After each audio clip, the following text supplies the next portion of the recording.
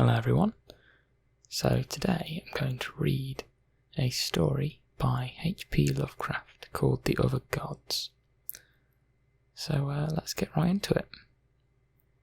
Atop the tallest of earth's peaks dwell the gods of earth, and suffer not man to tell that he hath looked upon them.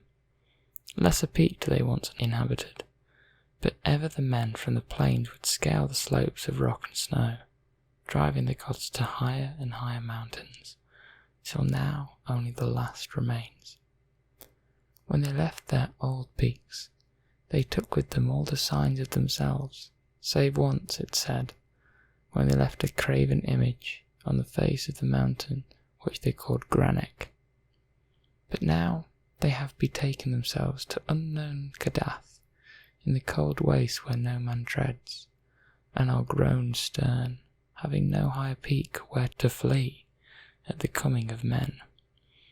They grow stem, and where once they suffered men to displace them, they now forbid men to come, or coming to depart.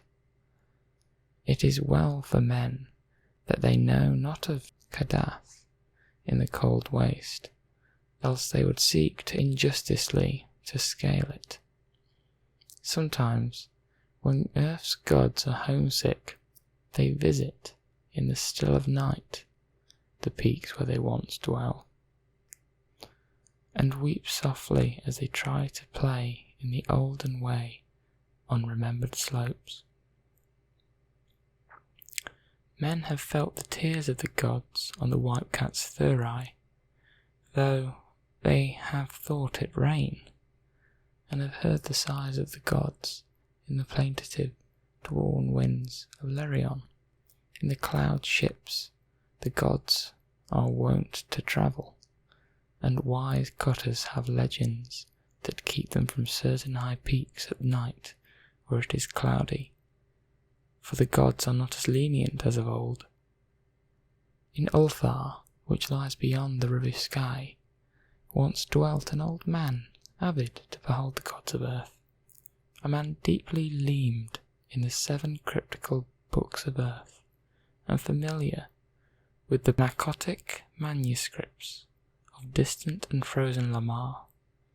His name was Bazai the Wise, and the villagers tell of how he went up a mountain on the night of the strange eclipse. Bazai knew so much of the gods that he could tell of their comings and goings, and guessed so many of their secrets, he was deemed half a god himself. It was he who wisely advised the burgesses of Ulthar when they passed their remarkable law against the slaying of cats, and who first told the young priest Atal where it is that black cats go at midnight on St. John's Eve. Bazai was leamed in the lore of the earth's gods, and had gained a desire to look upon their faces. He believed that his great secret knowledge of the gods could shield him from their wrath, so resolved to go up to the summit of high and rocky Hartheg Kea on a night where he knew the gods would be there. Hagarth Kea is far in the stony desert beyond Hartheg, for which it is named, and rises like a rock statue in a silent temple. Around its peak the mists play almost mountfully, for mists are the memories of the gods, and the gods love Hartheg Kea, where they dwelt upon it in the old days. Often the gods of earth would visit Hartheg Kea in their ships of clouds, casting pale vapours over the slopes as they danced reminiscently on the summit under a clear moon. The villagers of Hartheg say it's ill to climb the Hartheg Kea at any time, and deadly to climb it by night, when pale vapours hide the summit and the moon.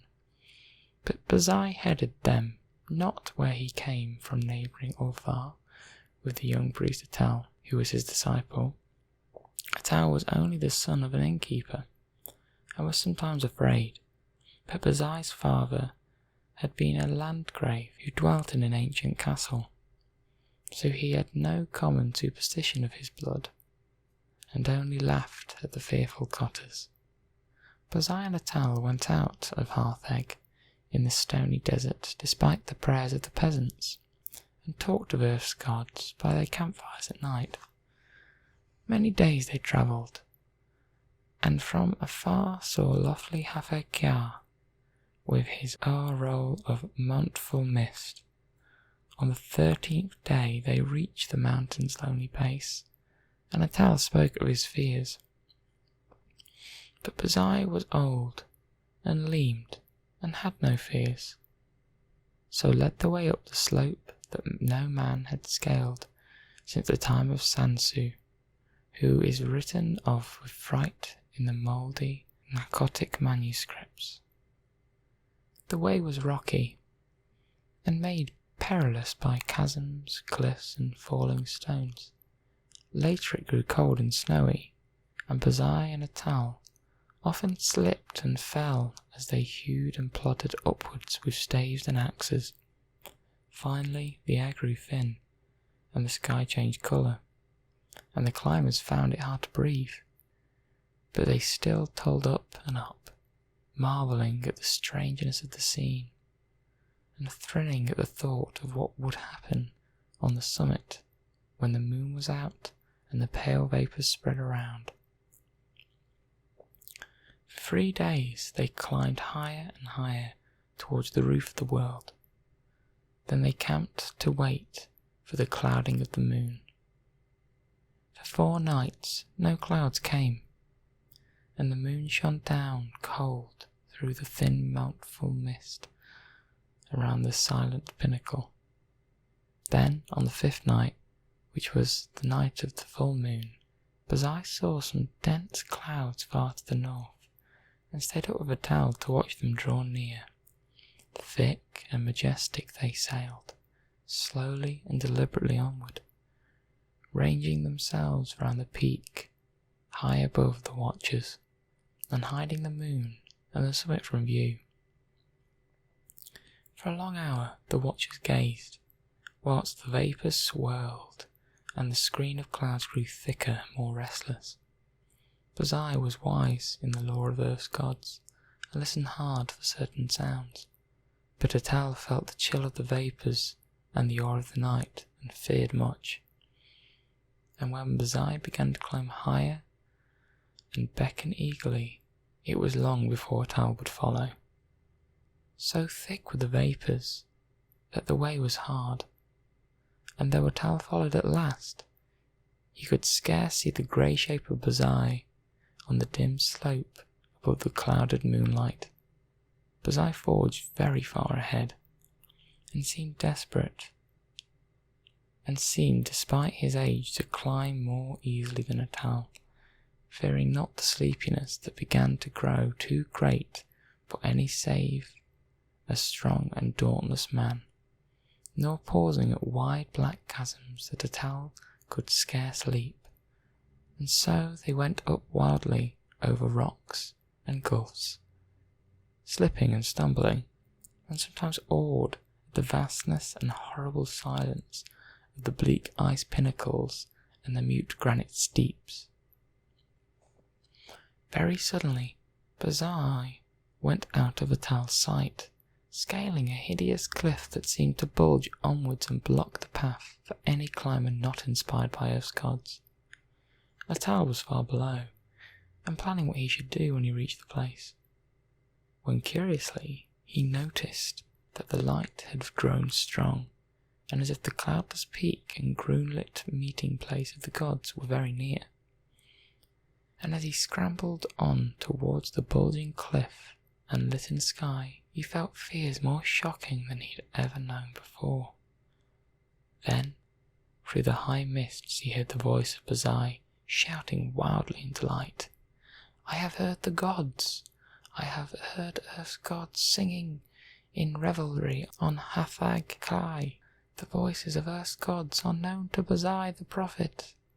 The mists are thin and the moon is bright. I shall see the gods dancing wildly on Hafag Kai when they loved in youth. The wisdom of Buzai hath made him greater than the Earth's gods, and against his will their spells and barriers are as naught. But I will behold the gods, the proud gods, the secret gods, the gods of earth, who spun the sight of man. Atal could not hear the voices Bazai heard, but he was now close to the bulging cliff and scanning it for footholds. Then he heard Bazai's voice grow shriller and louder. The mist is very thin, and the moon casts shadows on the slope. The voices of Earth's gods are high and wild. They fear the coming of Bazai the Wise, who is greater than they. The moon's light flickers as Earth gods dance against it. I shall see the dancing forms of the gods that leap and howl in the moonlight. The light is dimmer, and the gods are afraid. Whilst Bazai was shouting these things, Atal felt a spectral change in all the air, as if the laws of Earth were bowing to greater laws. For though the way was steeper than ever, the upward path was now grown fearsomely easy, and the bulging cliff proved scarce an obstacle when he reached it and slid perilously up its convex face. The light of the moon had strangely failed, and as Atal plunged upwards through the mists, he heard Bazai the Wise shrieking in the shadows. The moon is dark, and the gods dance in the night. There is terror in the sky, for upon the moon hath sunk an eclipse foretold in no books of men or of Earth's gods. There is unknown magic on Hartheg-Kiai, for the screams of the frightened gods have turned to laughter, and the slopes of ice shoot up endlessly into the black heavens whither I am plunging. Hey, hey, at last in the dim light I behold the gods of Earth. And now Atal, slipping dizzily up and over inconceivable steeps, heard in the dark a loathsome laughing, mixed with such a cry as no man has ever heard save on the Phlethon of unrelatable nightmares, a cry wherein reverberated the horror and anguish of a haunted lifetime packed into one atrocious moment. The other gods, the other gods, the gods on the outer hell that guard the feeble gods of the earth. Look away, go back, do not see, the vengeance of the infinite abysses, that cursed, that damned pit. Merciful gods of earth, I am falling into the sky. And as Atal shut his eyes and stooped his ears and tried to hump downwards against the frightful pull from unknown heights, there resounded on Hartheg-Kiai the terrible peal of thunder which awakened the good cotters of the plains and the honest burgesses of Hartheg, near and Ulthar, and caused them to behold through the clouds that strange eclipse of the moon that no book had ever predicted. And when the moon came out at last, Atal was safe on the lower snows of the mountain, without sight of Earth's gods, or of the other gods. Now, it is told in the mouldy narcotic manuscripts that Sansu found naught but wordless ice and rock when he did climb Hartheg-Kiai in the youth of the world. Yet when the men of Ulthar and Nir and Hartheg crushed their fears and scaled the haunted steep by day in search of Bazai the Wise, they found graven in the naked stone of the summit a curious and Chiopian symbol, 50 cubits wide, as if the rock had been riven by some titanic chisel, and the symbol was like to one that learned men have deceimed in those frightful parts of the narcotic manuscripts, which were too ancient to be read. This they found.